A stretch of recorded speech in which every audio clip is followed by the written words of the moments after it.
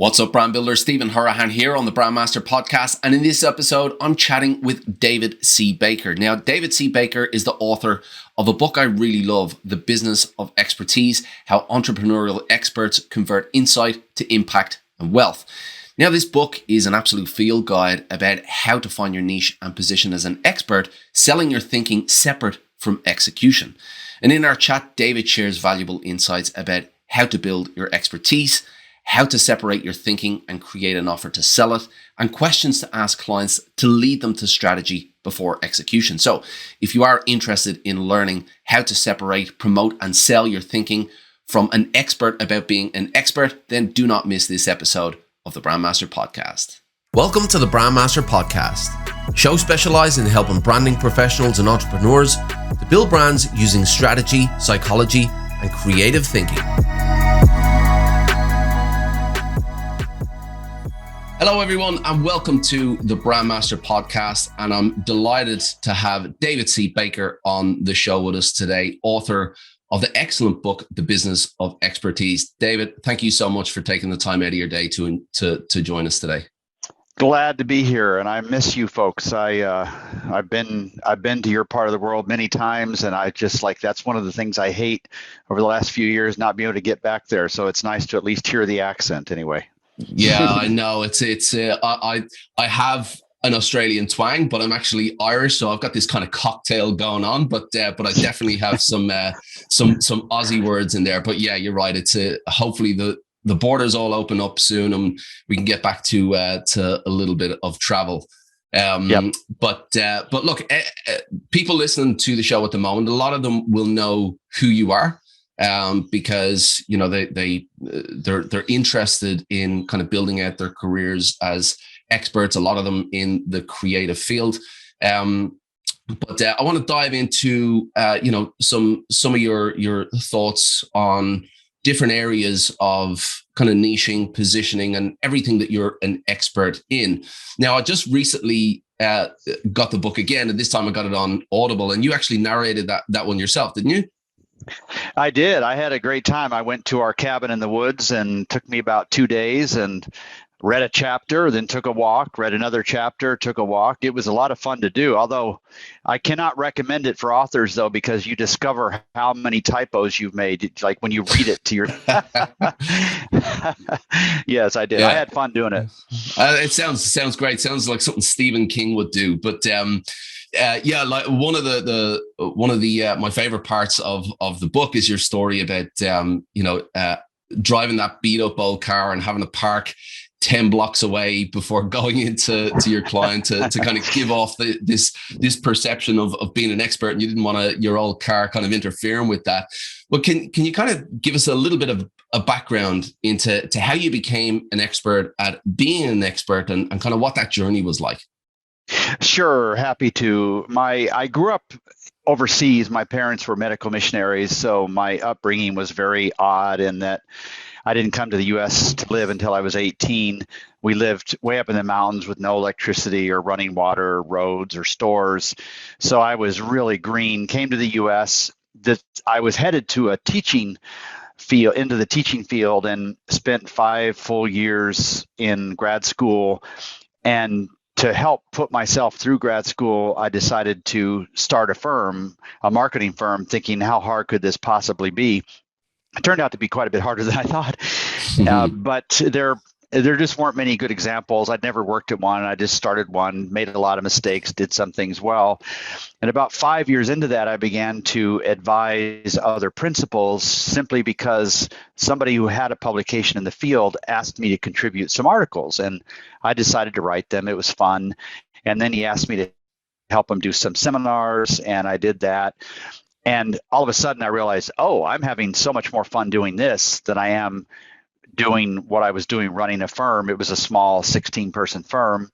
And I realized at the time that the world didn't necessarily need another one of those firms, but it probably did need somebody who could advise principals about how they were running their businesses. And so it was a very, very quick transition.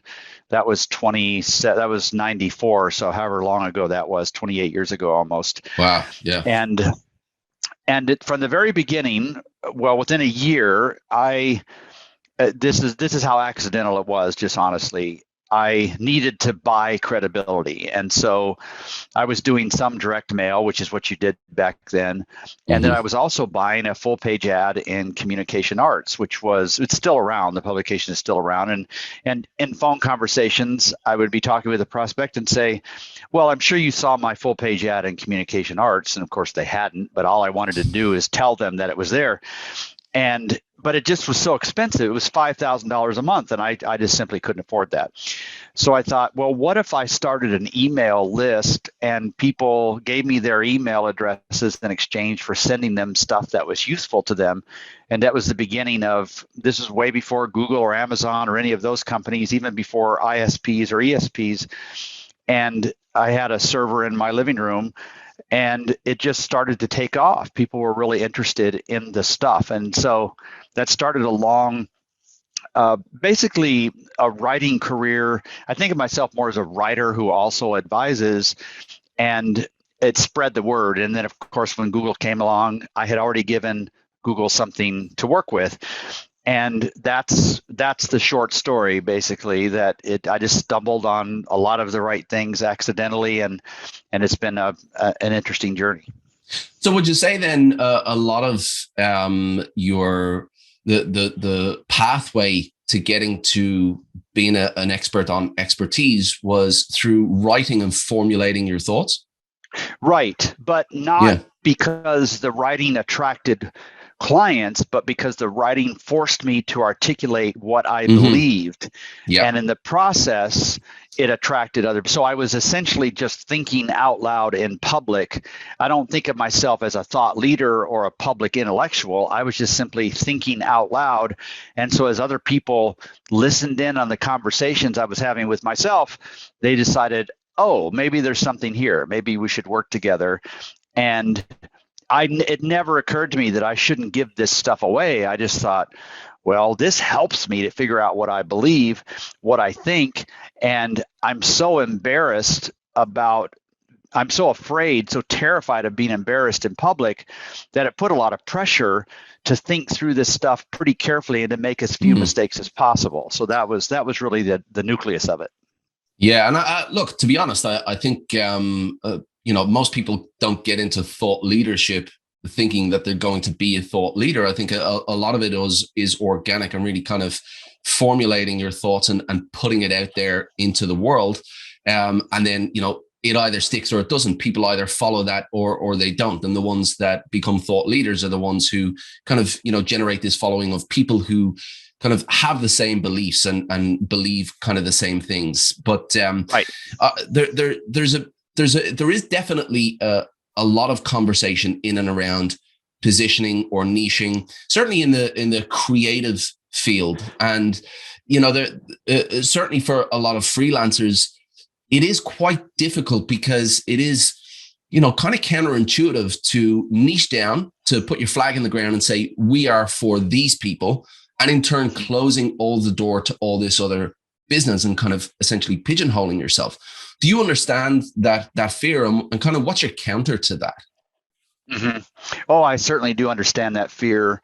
And I would say that since, for the last several thousand years, we have all been very niched, but we didn't realize it until about 25 years ago. So the niching was geographic up until the online world was created. So you had a business, whatever it was, and your clients were by definition the ones that were close to you geographically.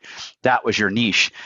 And when the world opened up, so to speak, it meant that you could now serve customers with your expertise outside those boundaries. That was the good news. The bad news was that everybody else in all these other podunk towns could then work. You no longer had a protected marketplace. And so that happened, and it should have terrified a lot of people. So the world has so much information, and consumers have this expectation that they will get very specific answers very quickly, and it will almost always be free. So in that world, how in the world could you be an expert? There's just too much information out there. It's too deep. You could never learn enough.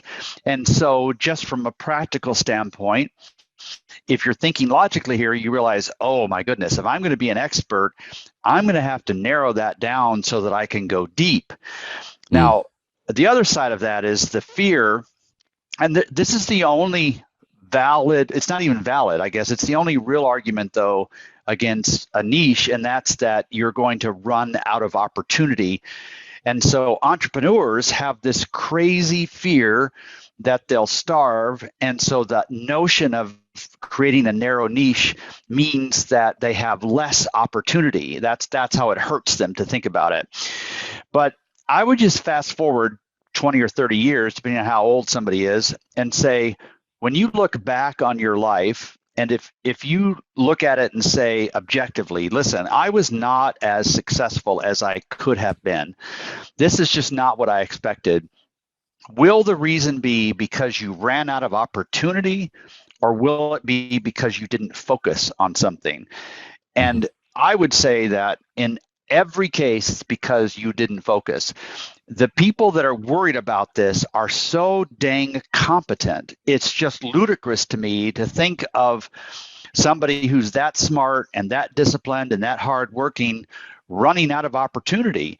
That's just a crazy notion. And so it's just a way of adapting to the way the world has changed over the last 20 years, and recognizing that if you're going to really be an irreplaceable expert, you're going to have to start focusing, because there's just way too much to learn. And in one lifetime, you can't do it. Yeah, and I think that's a really great way of looking at it as well, that 25 years ago, everybody was niched because, the locality of businesses made you niched by default. And you're right. Everything changed when it all opened up. And I certainly saw that firsthand in the creative market, where I had, clients kind of going overseas because they were able to get work done kind of cheaper online. And that it really did kind of hit home then that this world has changed and we're now in a different place.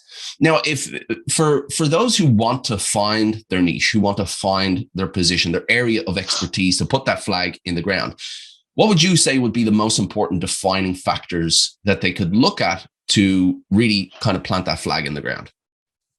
Yeah, the first thing is probably to recognize that you're not going to invent expertise. So whatever you declare is going to emerge from something you've already done. So if you think back over the last however many years, and you can probably go back further than it might occur to you. So you go back X number of years, think about those situations where you made money and you made a difference. You moved the needle on behalf of the client. And you're probably going to come up with, 5 or 6 options. And the process of selecting a niche or narrowing your focus is really to choose one of those typically and say no to the rest. So we're not talking about inventing expertise. We're talking about making a choice, crossing a boundary. And from here forward, our rate of learning will accelerate a whole lot.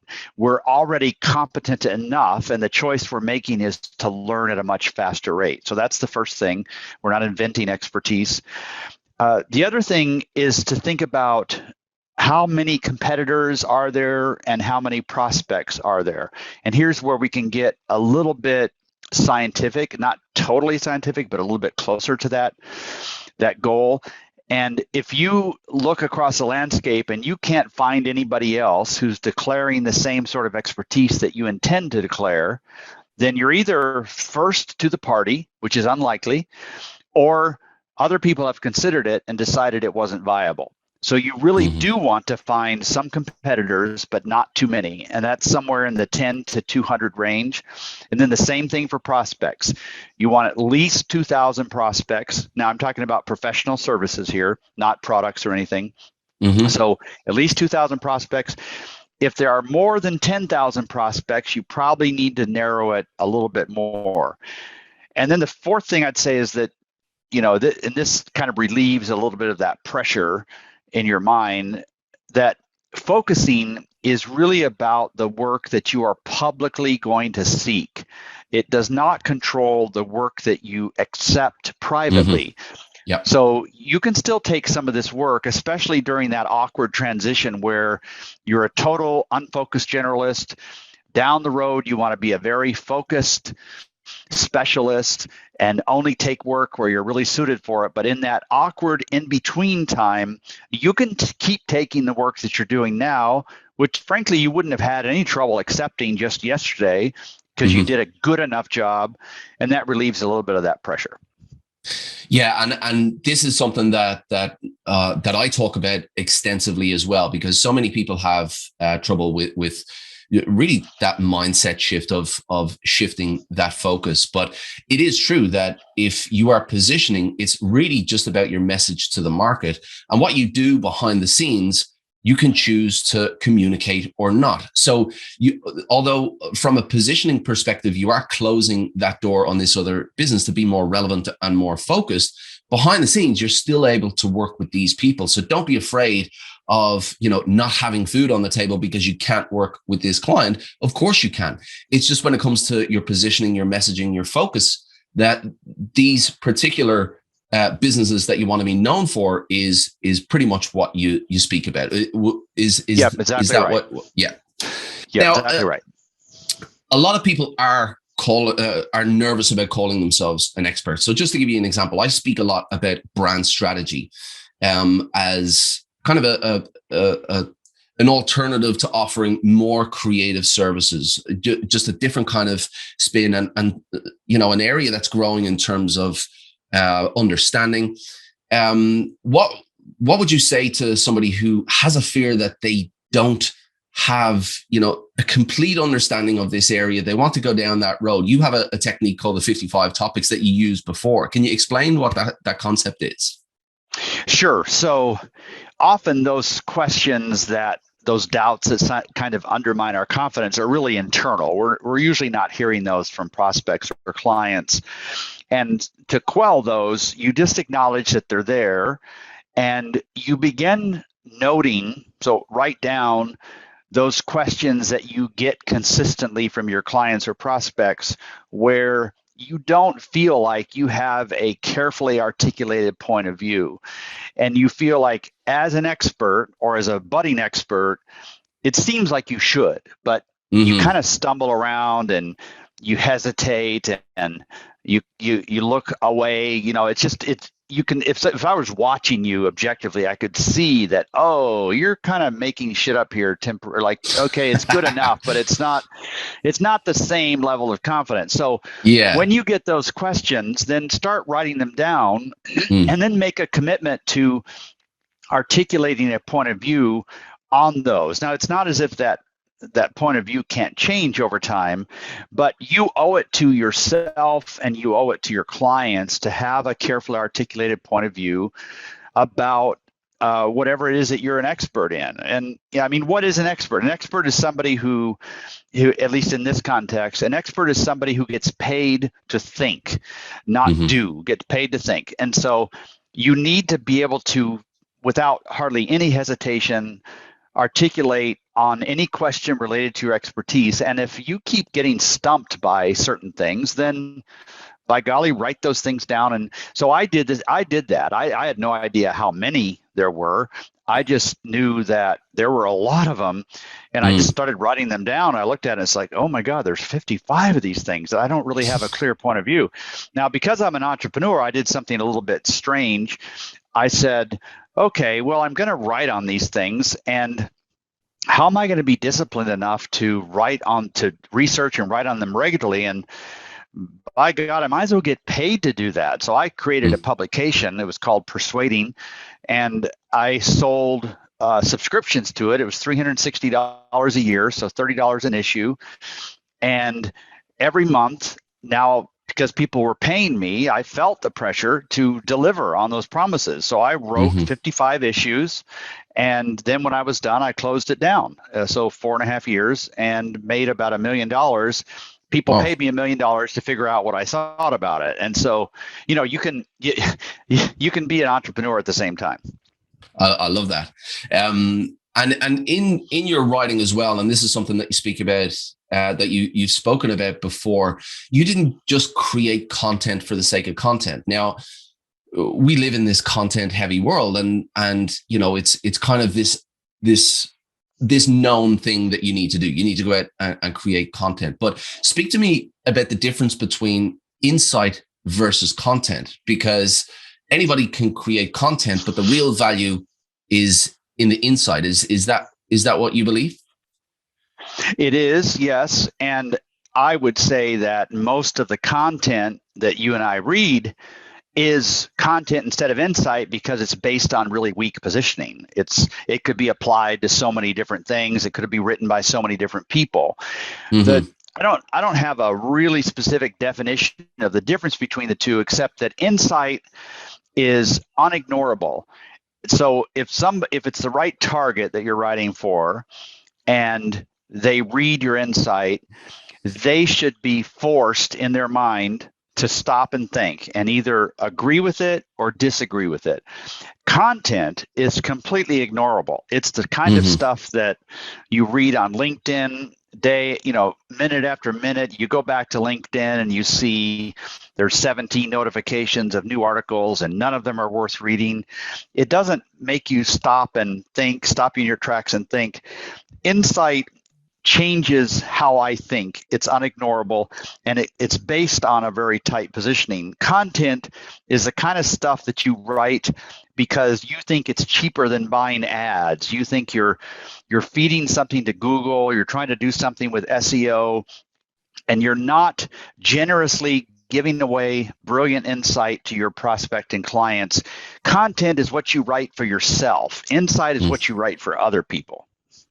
Yeah, and look, you're dead right. You see this time and again. You're scrolling through LinkedIn, or Instagram is another place. You see that as well, and it's just general knowledge. There's so much of that out there, and then every now and then you come across something, and they take the general knowledge, but they find a little nugget of gold in the middle of that, which is an insight, which is another way of looking at things that gives you a better perspective. Right. And they're the ones that you save. Now, a lot of you spoke earlier a little bit about expertise as, you know, the thinking behind the execution and the separation of the thinking and the execution. How valuable is that thinking when compared to the execution? A lot of people give this away for free. How valuable is that thinking? Well, I guess it depends on how valuable the thinker thinks it is, right? You know, in our industry, the industry that you and I serve, it's very obvious to see this because you'll find 80-page proposals that analyze what's happening at the client level, makes very specific suggestions about what they should do differently.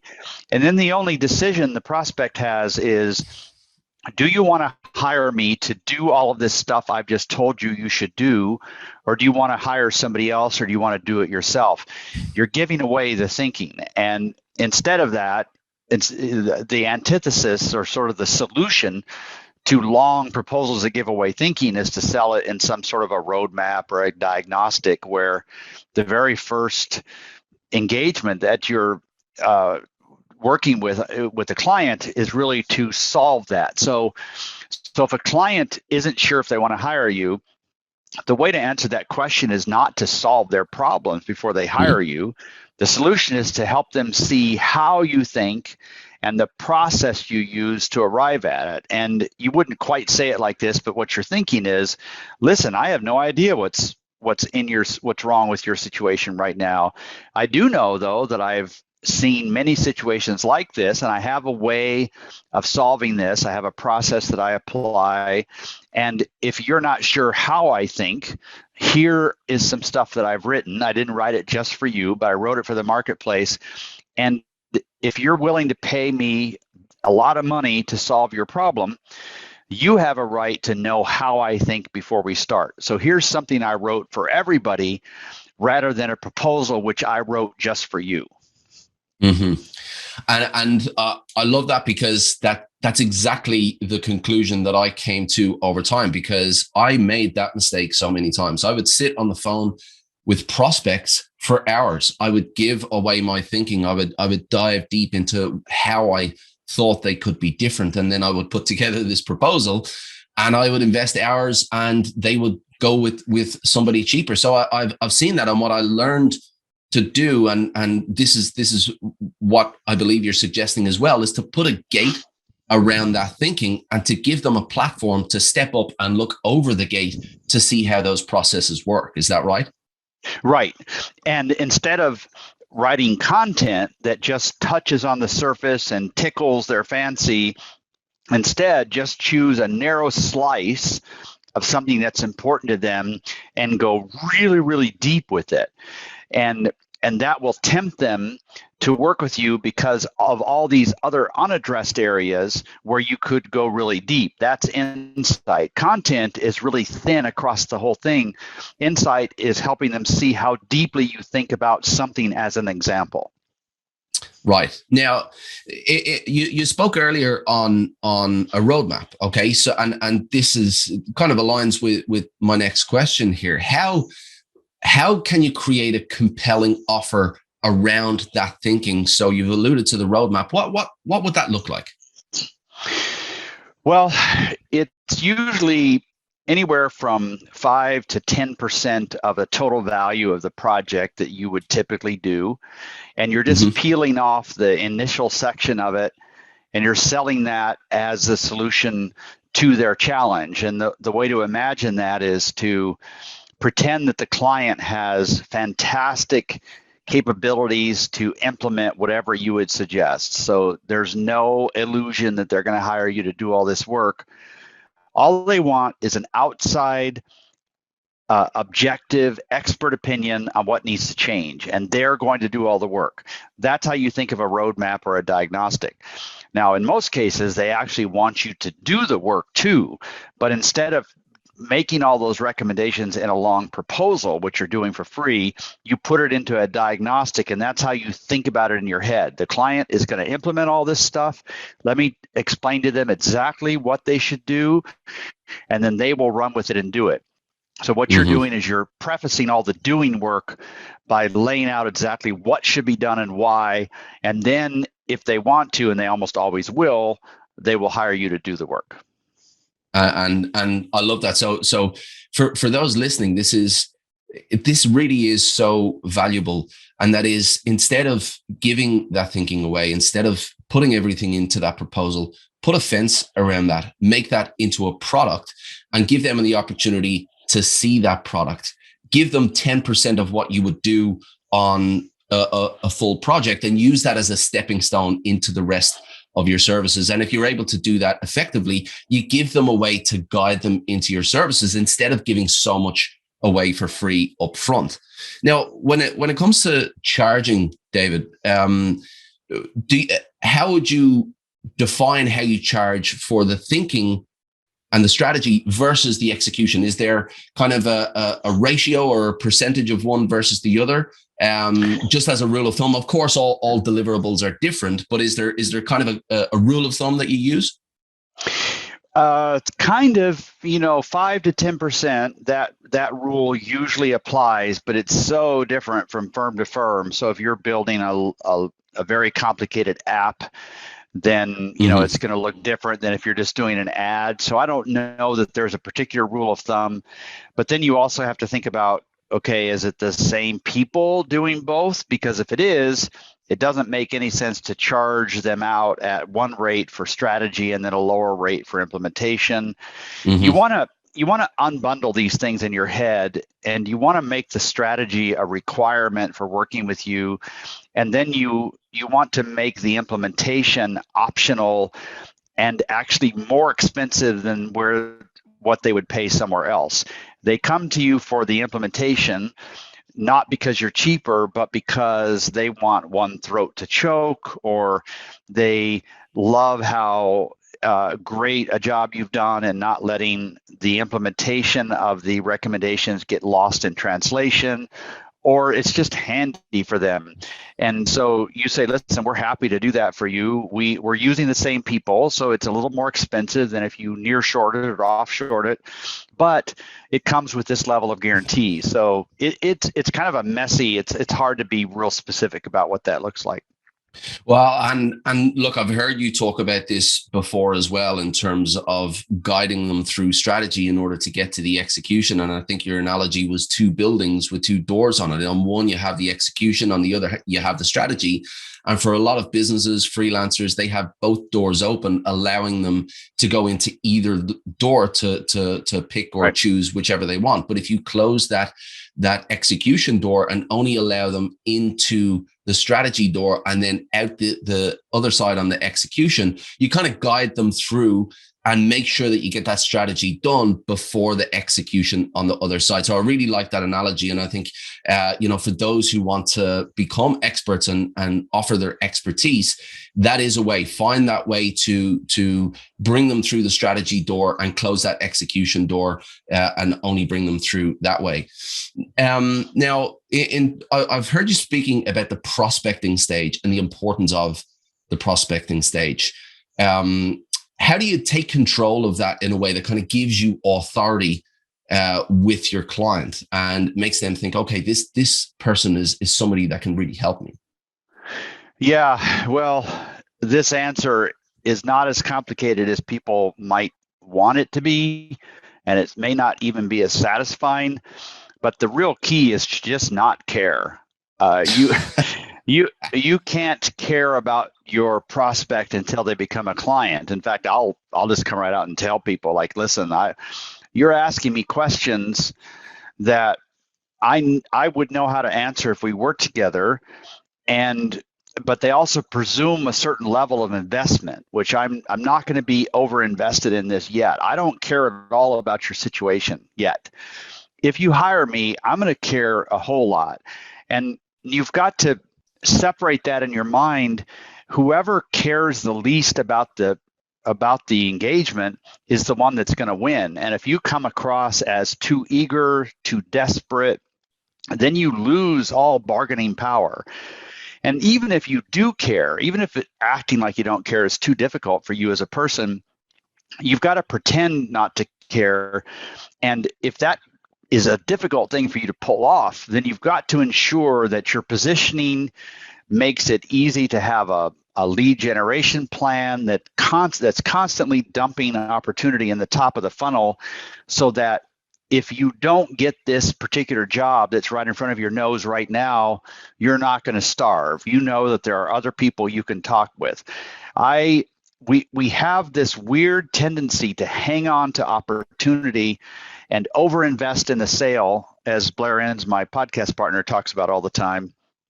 And that's what kills us, because especially after we have all these sunk costs, we put all this time into a proposal, we spend all this time talking with the prospect, and the notion of just leaving that on the table and walking away from it is what really hurts us. So I know it doesn't sound all that scientific, but you just can't care too much about it.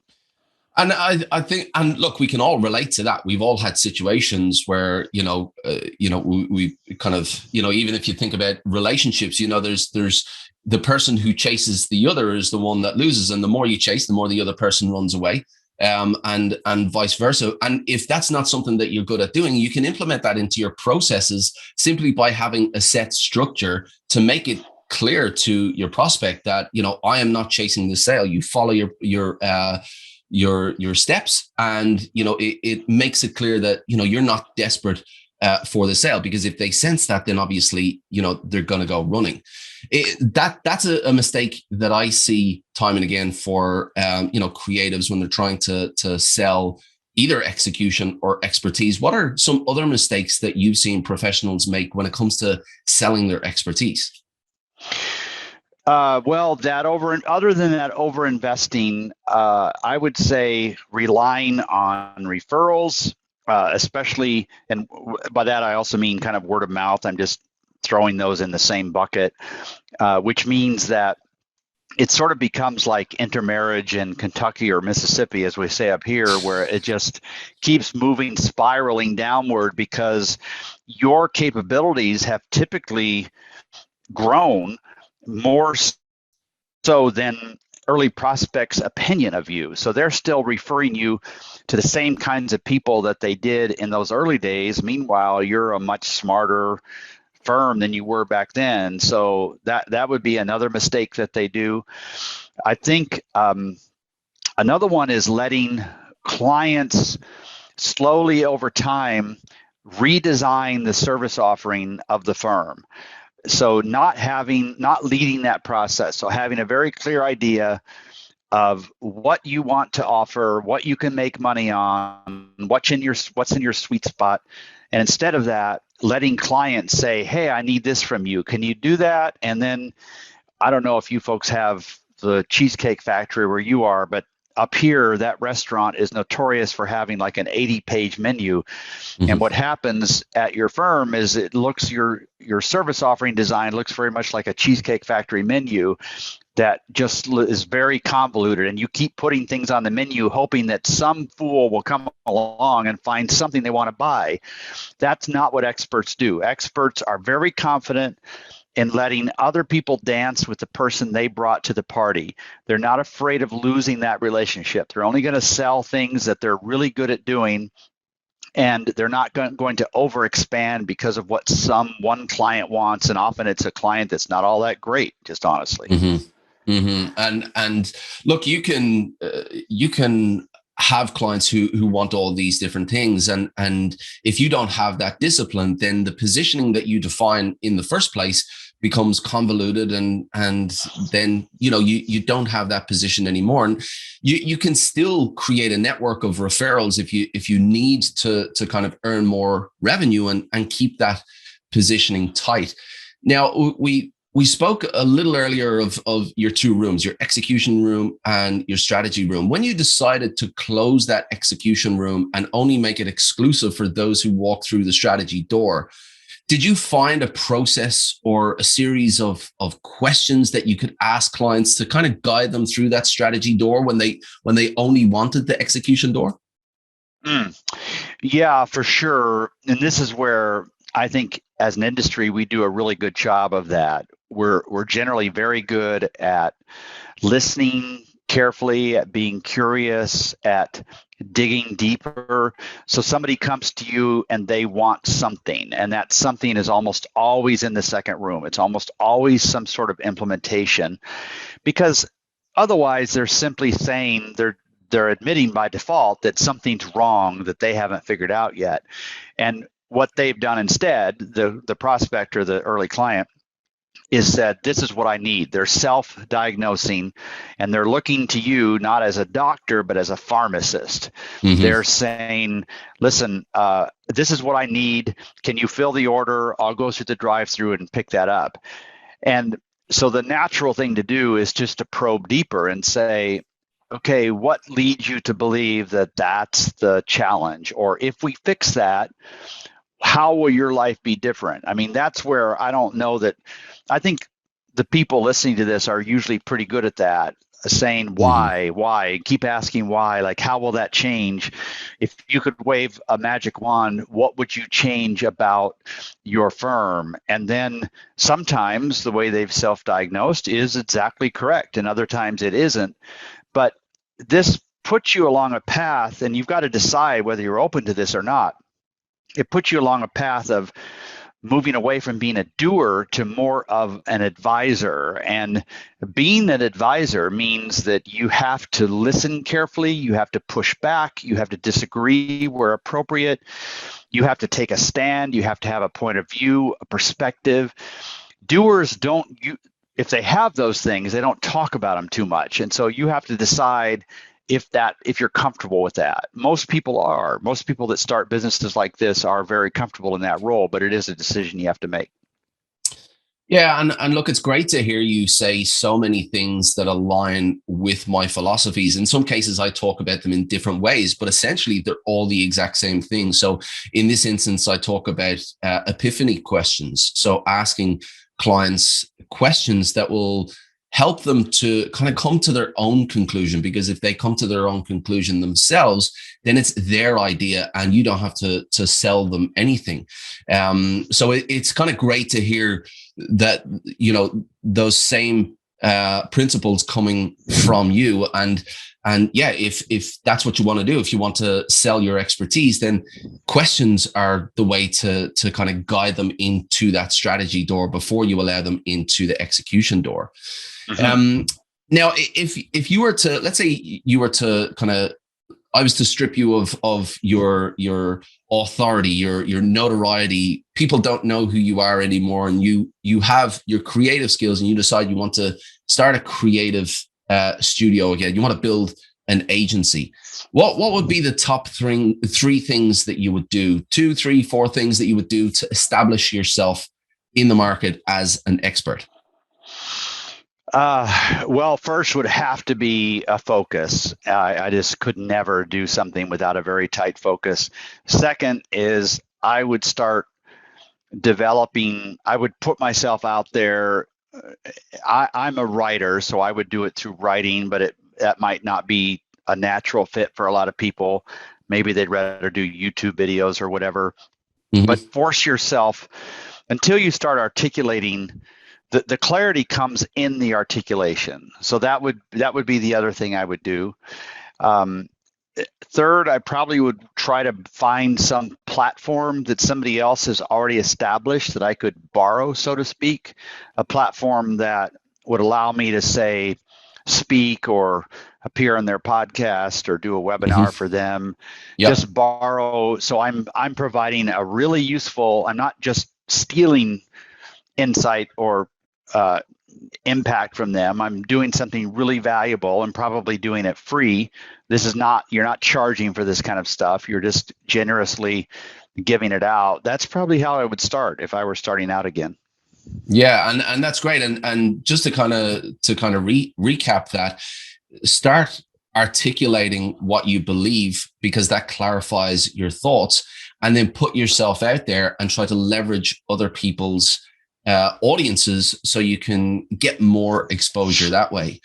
Right. David, this has been an absolute pleasure. So many gold nuggets in here, and it very, very kind of reassuring coming from you, all of your philosophies aligning with things that I believe. Maybe somewhere in the background, a lot of my beliefs came from reading your book way back then. But it's been great having you on, and this has been truly valuable. Where can people find out a little bit more about you? Now, obviously, you've got your Business of Expertise book. If you haven't read that book, by the way, go and read it. There's so much valuable information in there. And David hasn't got his next book ready to go, but something is in the pipeline. So a bit of teaser there. But when people want to find out more about you, where can they go? Sure. So my consulting website would be davidcbaker.com. The book is at expertise.is. And then the podcast that I do with a friend of mine is called 2 Bobs, the numeral 2bobs.com. And that's been out for, I think we've done 120 episodes or so. It comes out every 2 weeks. Thank you for having me on. I appreciate it. It's been fun. Thank you so much, David. I really appreciate you taking the time out of your day. And as I said, it's been so valuable. Thank you. We really hope you enjoyed today's episode. Thanks so much for listening. If you want to learn more brand strategy techniques to level up your skills, make sure you check out brandmasteracademy.com. There's plenty of free resources and premium content for you to download and get you going. If you'd like to join our Facebook group full of like-minded brand strategists, all learning from each other, then find us by searching for the Brand Strategy Community, where you can find exclusive content for members as well. If you enjoyed this content, please be sure to give us an honest review on iTunes, Stitcher, or wherever you listened, and make sure you tune in for the next episode of the Brandmaster Podcast.